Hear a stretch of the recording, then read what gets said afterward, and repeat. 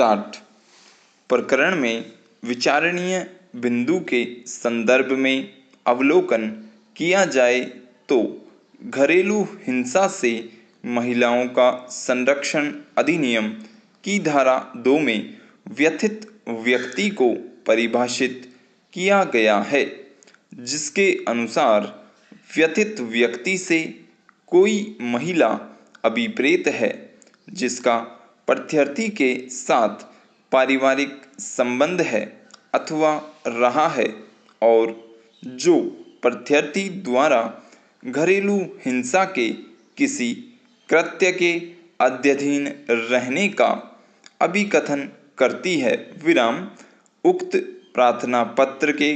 निस्तारण हेतु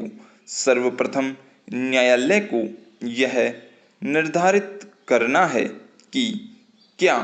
प्रार्थिया सुनीता व अप्रार्थी कभी साझा गृहस्थी के रूप में पारिवारिक संबंधों में रहे हैं, तो इस संबंध में धारा 2 में पारिवारिक संबंधों में परिभाषित किया गया है, जिनके अनुसार पारिवारिक संबंध से तात्पर्य है कि दो व्यक्ति जो साझे निवास में रहते हैं या किसी समय रहे हैं, जब वे संपृक्तता, विवाह या विवाह दत्तक की प्रकृति वाली नातेदारी के माध्यम से संबंधित हैं या संयुक्त परिवार के रूप में साथ साथ रहते हुए पारिवारिक सदस्य के रूप हैं। प्रकरण में इस संबंध में पत्रावली पर आई साक्ष्य का ध्यानपूर्वक अवलोकन किया जावे तो प्रार्थिया सुनीता ने अपने प्रार्थना पत्र व शपथ पत्र में शादी के पश्चात अप्रार्थी के साथ रहने का कथन किया है तथा प्रार्थिया का अप्रार्थी विनीत के साथ विवाहित होना स्वीकृत तथ्य है तथा स्वयं अप्रार्थी NAW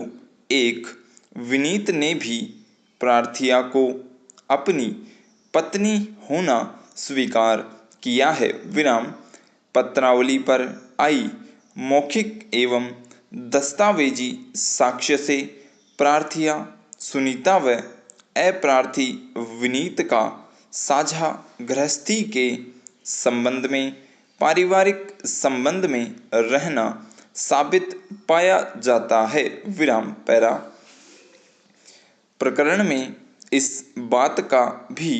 निर्धारण किया जाना था कि क्या साझा गृहस्थी के सदस्य के रूप में रहते हुए अप्रार्थी द्वारा प्रार्थिया के साथ धारा 3 में परिभाषित घरेलू हिंसा कारित की गई। इस संबंध में धारा 3 घरेलू हिंसा में परिभाषित किया गया है कि व्यथित व्यक्ति के स्वास्थ्य, सुरक्षा, जीवन, शारीरिक अंग या कल्याण चाहे मानसिक या शारीरिक को हानि पहुंचाता है या खतरे में डालता है या ऐसा करने के लिए अभिमुख होता है और इसमें शारीरिक दुर्व्यवहार, मौखिक तथा भावनात्मक दुर्व्यवहार और आर्थिक दुर्व्यवहार शामिल है या व्यक्ति को किसी दहेज या अन्य संपत्ति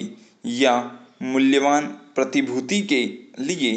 कोई विधि विरुद्ध मांग पूरी करने हेतु उस पर या उससे संबंधित किसी व्यक्ति पर दबाव डालने के दृष्टिकोण से परेशान करता है, हानि पहुंचाता है या व्यथित व्यक्ति या उससे संबंधित व्यक्ति पर धमकी देने का प्रभाव रखता है या व्यथित व्यक्ति को अन्यथा शारीरिक या मानसिक चोट पहुंचाता है या हानि करवाता है। विराम पैरा प्रकरण में प्रार्थिया द्वारा धारा 19 के अधीन निवास स्थान आदेश पारित करने का अनुतोष चाहा गया है, तो इस संबंध में प्रार्थिया ने वैकल्पिक मकान का वही स्तर या उसके लिए किराए का भुगतान करने बाबत अनुतोष चाहा है। विराम इस संबंध में पत्रावली पर आई संपूर्ण साक्ष्य में प्रार्थिया ने स्वयं अप्रार्थी से तलाक होने का कथन किया है। विराम जहाँ तक धारा 20 व 22 के अधीन चाहे गए अनुतोष का प्रश्न है, तो इस संबंध में प्रार्थिया ने स्वयं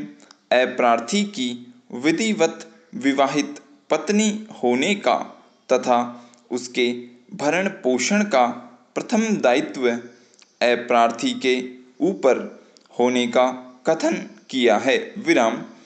गवाह मोहन ने भी प्रार्थिया की अंक तालिका व स्कॉलरशिप रजिस्टर आदि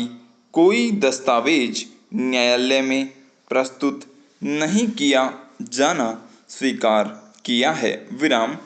अतः उक्त समस्त विवेचन से यह साबित नहीं है कि प्रार्थिया के साथ अप्रार्थी द्वारा धारा 3 के अंतर्गत कोई भी घरेलू हिंसा कारित की गई हो। विराम अतः प्रार्थिया भरण पोषण राशि के संबंध में चाहे गए अनुतोष प्राप्त करने की अधिकारिणी नहीं है। विराम स्टॉप।